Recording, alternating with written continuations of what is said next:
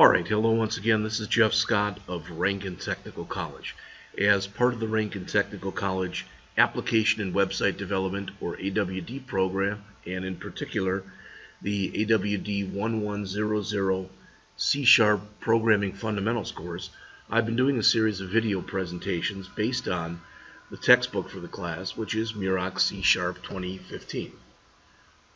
I have done lectures on chapters 1 through 6, and I've also been doing a series of programs that I created based on a simple payroll system. Now, the last time I went through this and where I left off was talking about the program that had been created for Chapter 4, and somehow I had a bunch of stuff that was commented out or didn't work. So I believe I fixed it. So what I'd like to do fairly quickly is to run the program for you, show you that it's got a little bit of form validation in it. Notice first name cannot be blank. Okay, so Jeff. Last name cannot be blank. Okay, Scott. Now I think it'll blow up if I put something non-numeric in here, but if I put something out of range, it tells you where the hours worked have to be. Alright, so I can put in a 40 here. And if I put in do the same thing here, alright, it tells you that the hourly rate is out of whack, so to speak. And if I make it okay, they should say 800 here, 1, 800, and 800. And as you can see, it does. Alright, then it gets ready for the next one. John Doe, 50, 40. Now that'll be $2,000 here. 2 employees, 2,800 and 1,400 if this is working. And as you can see, then it is. Alright, so in order to fix this, couple things that were done here. Okay, first of all, notice I'm still not using the max non-overtime hours. We'll worry about that later. But we have these accumulators here, our total number of employees, our total payroll, and when we divide our total payroll by our total number of employees, we get our average payroll. Alright, so in the button click event that you see right here, here we've got the hours worked, the hourly rate, and the gross pay. Alright, and here's where we do some minimal form validation.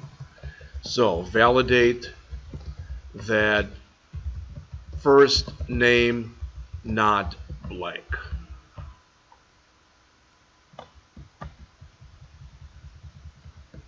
Validate that last name not blank. Validate that hours worked between 0 and 84. And finally, validate that hourly rate is between 0 and 250. The other thing I did not do is if for some reason this is out of whack here, you get the message, etc. What I really should be doing is setting the focus to the field that's in question.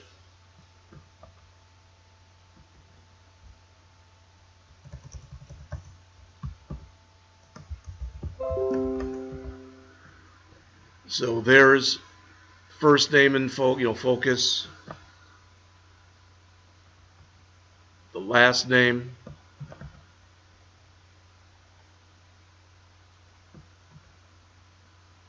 the hours worked,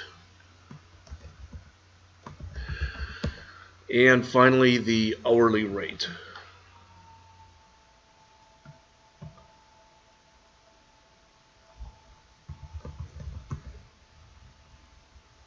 If all that stuff makes it through, in other words, if everything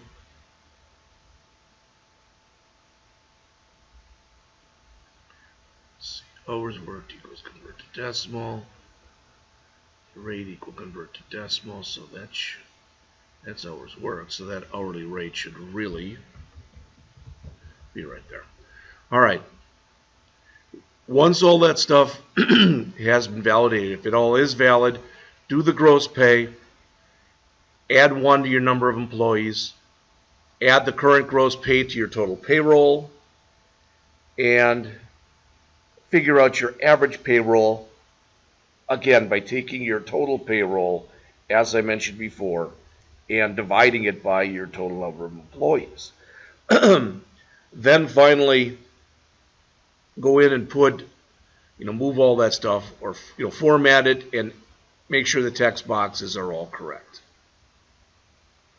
All right, these are the ones for the employee.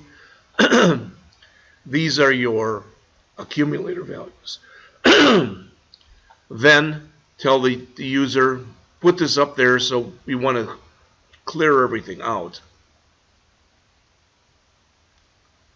All right. Now, one thing I could do, and it's not that big a thing, but it might look a little nicer, would be to come in here and say, for the first name and last name, for the hours worked, we could make that 0. Hourly rate, we could make that 0. Gross, we could make 0. Again, do we have to do that? Of course not. And technically, they're all going to have to be the string 0. That's why I'm getting the error.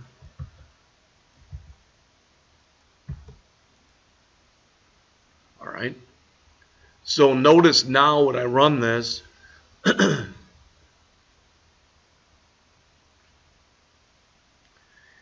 and I put in something bad, or there's nothing here, puts my cursor back there where it wasn't doing that before. Now, bad, cursor back there. Well, you'll see that it does blow up if there's nothing in there.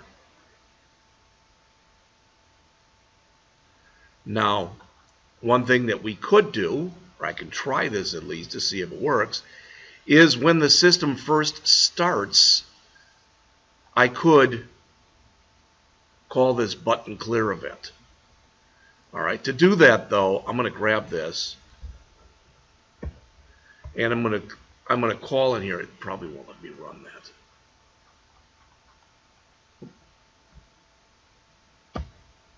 And I'm going to call it clear all. Now I'm going to get an error message when I do this because clear all does not exist. So we come in here, we say private void clear all. Now I put it in. Now it works. That should go away. It does. So why did I do that? Well, what I can do is I can call on my load event, I can now call clear all. So there should be something there all the time. What do I mean? Well, let's go back to the design mode. So right mouse click and choose view code. In fact, not even there, I'm sorry. Double click here. There's my form load. Now if I call clear all here, hopefully as soon as the program starts, there are zeros. Oh, it didn't put zeros in there. I thought it would.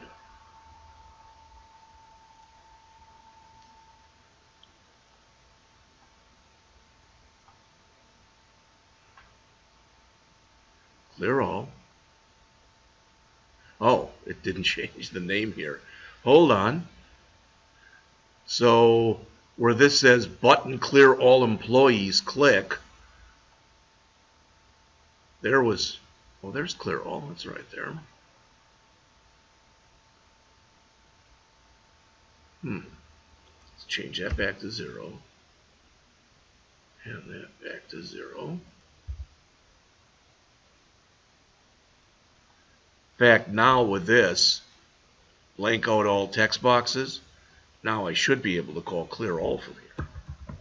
I'm trying to make this cleaner, so to speak. So we're calling clear all right there. And clear all. Okay, I guess I didn't set them here. Hours worked is now 0. Hourly rate is 0. All right, gross pay is 0. And we set the first name. So clear out the 5 text boxes. And instead of calling it clear all, so I'm going to call it clear individual, because it's not really a clear all. I'm clearing out all the values for an individual person. So that's clear individual. That's clear individual. That should fix that and this. All right. This now becomes clear individual, as does this. Let's try it again. Now I have values in those fields. All right. So notice, yeah, first name cannot be blank. Yeah, last name cannot be blank. But now when I come through here and click that, notice what I get. It's not blowing up when it's just setting all these to 0. Now, is that a good way to do this? It is a way of doing it. All right, again, now notice too when I click clear employee, it clears just these. But when I call clear employee totals, all right. Well, no, it's not. Before it was removing all of this. So let's take a look at that, and then we'll be finished with this. So that's zeroing this out. Total EMS is 0, payroll is 0, average payroll is 0. All right, and it's calling clear individual, which is setting all the individual ones to 0. It's actually doing what it's supposed to do. All right, I think that's it. I'm not sure. I looked on my out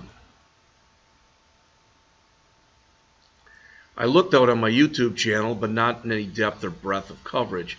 But I noticed that out here for the C#, the last thing that I had in here for payroll was a Payroll Chapter 4 Part 3. So I'm going to come back and I'm going to make this Part 4. Then when I get done, I'm going to rewrite the program that you were just looking at as a console app. All right, I'll be back to do that in just a couple moments.